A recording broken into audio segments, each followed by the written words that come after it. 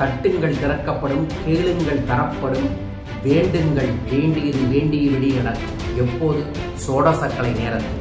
ஆம், இந்த ஆண்டின் முதல் சோடசக்கலை மார்கழி மாத அமாவாசையுடன் இணைந்து, அனுமன் ஜெயந்தியோடு இணைந்து, தேவதை நாளோடு இணைந்து குரு நாள் சோடசக்கலை வருகிறது. கோடி செல்வங்கள் தேடி வர மனமாற உங்கள் கோரிக்கைகளை வையுங்கள். எந்த நேரத்துல சோடசக்கலை நேரம் வருது, இந்த முறை என்ன பரிகார வழிபாடு செய்யணும் என்பதை இந்த பதிவுல பதிவு செய்யறேன். முழுமையா பாருங்க. சத்தியமா நிச்சயமா உங்களோட வேண்டுதல் நிறைவேற்றப்படும். சோடசக்கலையில் வேண்டினாள். அருட்பெரும் ஜோதி அருட்பெரும் ஜோதி தனிப்பெரும் கருணை அருட்பெரும் ஜோதி. குருவே சரணம் குருவே துணை. குலதெய்வமே சரணம் குலதெய்வமே துணை. குபேரரே சரணம் குபேரரே துணை. ஆனந்த வணக்கம் அன்பு அன்பர்களே. தொடர்ந்து சோடசக்கலையை பதிவு செஞ்சுட்டு வரோம். என்னை முழுமையாக நம்புறவங்க இதை செஞ்சுட்டு வராங்க, அவங்களுக்கு நல்லது நடக்குது. நீங்களும் தொடர்ந்து செஞ்சுட்டு வரீங்கன்னா சோடசம்னா 16 நம்பரை கமெண்ட் பாக்ஸை மென்ஷன் பண்ணிட்டு இந்த பெல் பட்டனை பிரஸ் பண்ணி சப்ஸ்கிரைப் பண்ணுங்க. 16 லட்சுமிகளும் ட்ரினிட்டி என்கின்ற திருமூர்த்தி கடவுளின் வாயிலாக யார் யார் அந்த நேரத்துல என்னென்ன செய்கிறார்களோ, என்னென்ன உண்மையாய் செய்கிறார்களோ, உண்மையாய் எண்ணங்களை நினைக்கிறார்களோ அவர்களுக்கு நினைத்தது நினைத்தபடியே நடக்க வேண்டும் என ஆசீர்வதிக்கக்கூடிய நேரம் சோடசக்கலை முகூர்த்த நேரம். அந்த சோடசக்கலை முகூர்த்த நேரம் சரியாக இந்த மாதம், அதாவது இந்த ஆண்டின் முதல் சோடசக்கலை சரியாக ஜனவரி 11ஆம் தேதி வியாழக்கிழமை அமாவாசை மற்றும் அனுமன் ஜெயந்தியுடன் இணைந்து மாலை சரியாக 5:31 இருந்து 7:31 வரைக்கும் வருகிறது.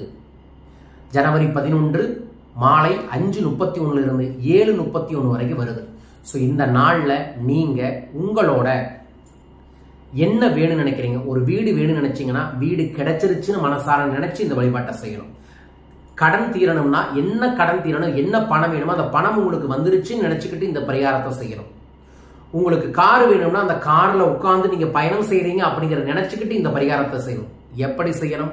ஒரு குருநாள் அப்படிங்கிறங்காட்டி கருப்பு கொண்டக்கடலையை பரப்பி விட்டு சென்ட்ரல்ல ஒரு அகழ்விளக்கு ஏற்றி வைத்து விட்டு நீங்க என்ன வேண்டுறீங்களோ அந்த வேண்டியதை ஒரு பிரியாணி இலையில எழுதி அந்த பிரியாணி இலைக்கு புணுகு தடவி அந்த கருப்பு கொண்டக்கடலைக்கு முன்னாடி வச்சுட்டு அந்த தீபத்தை பார்த்து மனமாற நீங்க வேண்டியது நடந்துருச்சுன்னு மனசார நன்றி உணர்வோட நினைச்சுக்கிட்டு அகத்திய பெருமான் சொன்ன சகல ஐஸ்வர்யங்களையும் வசியம் செய்யக்கூடிய மந்திரம் ஓம் ரிங் சிவ சிவ ஓம் ரிங் சிவ சிவ என்கின்ற மந்திரத்தை நீங்கள் 108 முறை மனமுருகி சொல்லணும். கிடைச்சிருச்சு, எனக்கு நன்றி, எனக்கு கொடுத்ததுக்கு நன்றி, உங்களால என்னால எதையும் சாதிக்க முடியுங்கிற நம்பிக்கை எனக்கு கிடைச்சிருக்கு, இந்த வாய்ப்பை கொடுத்த பிரபஞ்சத்திற்கு நன்றி, வாழ்த்துக்கள் அப்படின்னு மனசார சொல்லணும்.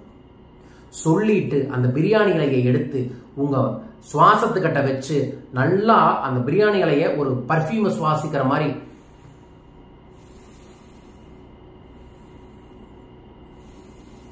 அப்படி பண்ணணும். அப்படி பண்ணும்போது என்ன பண்ணணும்னா உங்களோட உடம்பு முழுவதும் உங்களோட அணுக்கள் முழுவதும் அந்த வேண்டுதல் நடந்து விட்டது என்கின்ற பதிவு போய் அந்த பதிவு பதியும் போது நீங்க இறைவனுக்கு நன்றி சொல்லணும்.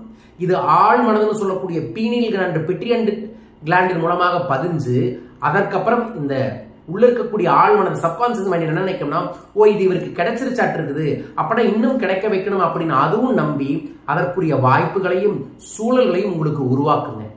சோ இதுதான் இதோட ரகசியமே. சோ ஆன்மீகத்தின் மூலமா ஆழ்மனதை இயக்கி எண்ணம் போல் வாழ்வுவாங்க, அந்த எண்ணத்தை சூட்சமமாக இயக்கி நமக்கு அதற்கான தொடர்புகளையோ வாய்ப்புகளையோ ஏற்படுத்தும். அதைய நம்ம செயல்படுத்தினா வெற்றி பெறுவோம்.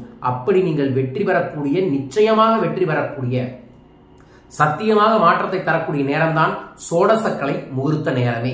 சோ அந்த முகூர்த்த நேரம் சரியா இந்த ஆண்டோட முதல் முகூர்த்த நேரமா வருது. இந்த வழிபாட்டை செஞ்சுட்டு அந்த பிரியாணி இலையை எடுத்து அந்த தீபத்துல எரிச்சிட்டு கருப்பு கொண்ட கடலை எல்லாம் எடுத்துட்டு போயிட்டு தெற்கு திசையில குருவை மனதார நினைச்சு ஓம் நர்பவி நர்பவி ஓம் நர்பவி நர்பவி ஓம் நர்பவி நர்பவின்னு சொல்லி தூவி விட வேண்டும். தூவி விட்டதுக்கு அப்புறம் வந்து உங்க வீட்டில் இருக்கக்கூடிய முகம் பார்க்கிற கண்ணாடியை பார்த்து உங்களை பார்த்து நீங்களே சொல்லலாம், என்னால் எதையும் சாதிக்க முடியும், வெற்றி நிச்சயம். என்னால் எதையும் சாதிக்க முடியும், வெற்றி நிச்சயம் மனதார சொல்லுங்கள். நிச்சயமா நீங்க என்ன நினைச்சீங்களோ என்ன வேண்டுனீங்களோ அது கிடைக்குங்க. பல நபர்களுக்கு தொடர்ந்து கிடைச்சிக்கிட்டு இருக்கு. சென்ற மாதம் மட்டுமே ஒருத்தருக்கு ரொம்ப நாளா நிலப்பிரச்சனை இருந்துச்சு. இந்த வேண்டுதல் வச்சு நிலப்பிரச்சனை சரியாச்சு. கணவன் மனைவி 5 வருஷ பிரச்சனை, 5 வருஷமா பார்க்கவே இல்லை. இந்த வேண்டுதல் செஞ்சு 3 மாசத்துல நாங்க சேர்ந்துட்டோங்க குருஜி, நாங்க இப்ப 2 பேரும் சேர்ந்து ஒவ்வொரு மாதமும் செஞ்சுக்கிட்டு இருக்குன்னு சொல்லியிருக்காங்க. இலங்கையில கூடிய ஒரு சகோதரி நீண்ட காலமாக இருந்த நோய் சரியாயிருச்சுன்னு சொல்லியிருக்காங்க. இதுபடி பல அனுபவ பகிர்வுகள் இது இருக்கு. உங்களுக்கும் இந்த சோடசக்கலை நம்புங்க, சித்தர்களை நம்புங்க. நம்மளோட தமிழ் மரபு வழிபாடு தான் இந்த வழிபாடுகளே. இதை செய்யறவங்களுக்கெல்லாம் நிச்சயமாய் வாழ்க்கையில் ஒரு பெரிய மாற்றங்கள் கிடைக்கும். உங்க வாழ்க்கையிலும் அந்த அற்புதமான மாற்றம் இந்த வேண்டுதல் மூலமாக நடக்கணும்னு ஸ்ரீ குபேர வேடத்து குபேரரை வேண்டிக் கொள்கின்றேன்.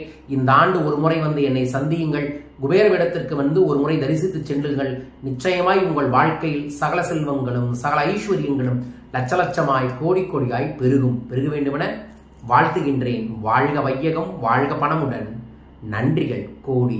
ஜெய் ஆனந்தம்.